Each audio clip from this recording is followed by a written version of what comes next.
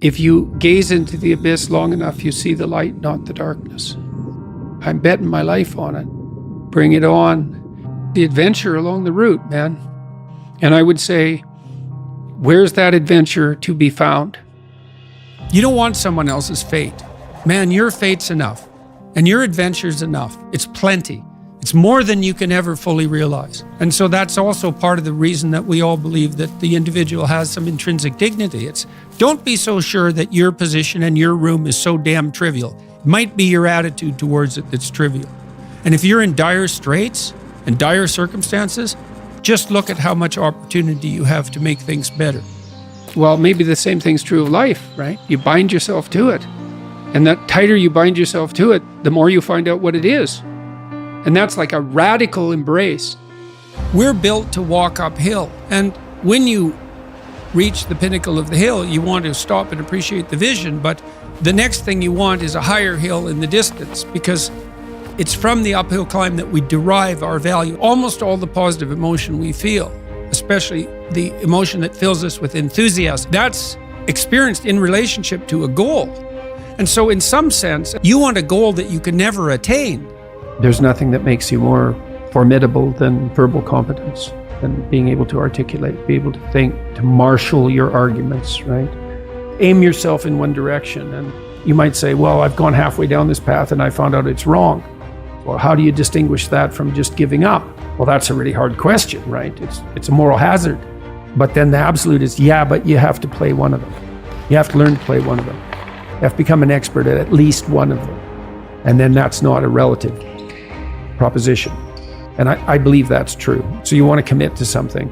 And then when you commit to something, you require yourself to bring all of your disparate components moving in a single direction, united in a single direction. So it's a unifying act. You said that a harmless man is not a good man. A good man is a very dangerous man who has that under voluntary control. How should people become more dangerous?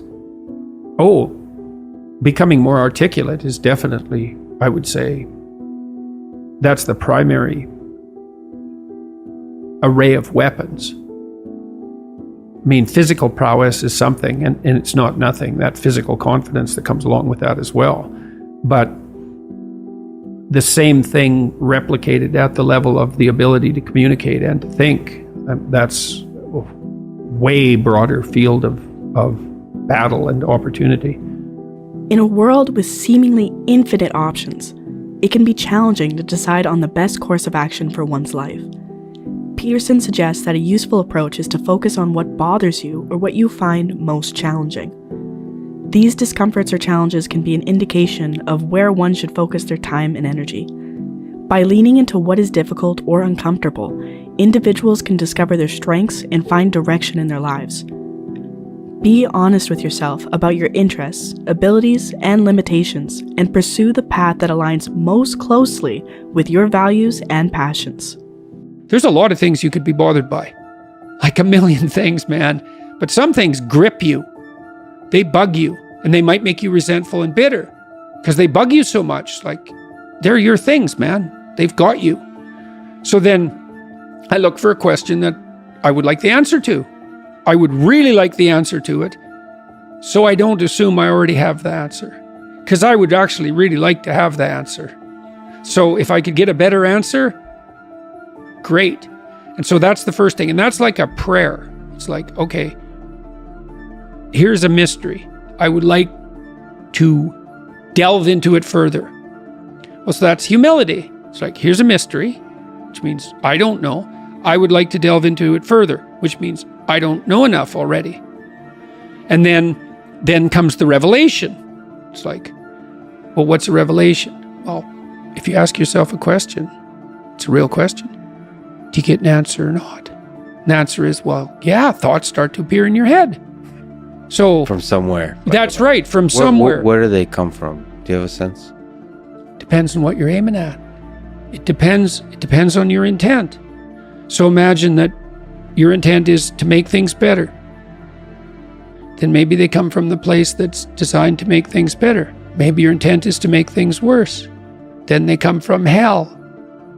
Jordan Peterson is adamant about the importance of setting goals in life and the need to embrace the difficulty that comes with pursuing them. Peterson emphasizes that while it's acceptable to change your direction in life, it's essential not to make it easier for yourself. Instead, he suggests that it's crucial to challenge yourself continually and strive for greater accomplishments. He highlights the importance of goal setting as a powerful tool for personal growth and development, and encourages people to embrace the challenges that come with pursuing their dreams. Because it's inappropriate to continue in a direction you now realize to be wrong, but it's also inappropriate to give up and use that rationalization as an excuse. And how do you distinguish? Especially seeing as we're not transparent to ourselves. Well, right, exactly. So that is genuinely a moral hazard. So one of the principles that I tried to abide by in my therapeutic discussions was, you can change course as long as the next thing you do is equally or more difficult. Because that's a check against just giving up. So you want to discipline yourself so you can get yourself organized so that you can go in a particular direction, so that when you find the right direction, you can really go in that direction. And that does require an apprenticeship of sorts. And it might not matter in some sense exactly what the apprenticeship is, as long as it is rigorous. You want a goal that you can never attain, so you can always move closer to the goal that recedes as you move towards it. You think, well, that's frustrating. It's like Sisyphus pushing the rock uphill. But it's not, because as you pursue that goal, you put yourself together and your life does get better and richer and more abundant. And that's why the highest levels of virtue and goal are in some sense transcendent.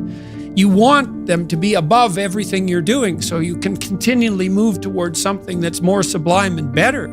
That's what you are. You're here to live, not to sleep. And the problem with the vision of Mai Tais on the beach is that, well, first of all, that's a vision of drug-induced unconsciousness. Second, it's only going to work for about a week. Third, you're going to be a laughingstock in a month and depressed and aimless and goalless. You want a horizon of ever-expanding possibility. And so it does happen to people because they've staked their soul on the attainment of an instrumental goal. Our goal with this video was to share some of Jordan Peterson's most insightful advice and encourage you to use it to help achieve your own personal goals. Whether it's setting ambitious targets, embracing challenges, or focusing on what bothers you, Peterson's insights can help create a path that is fulfilling, purposeful, and unique to you. With perseverance, dedication, and a willingness to take on challenges, you can achieve more than you ever thought possible.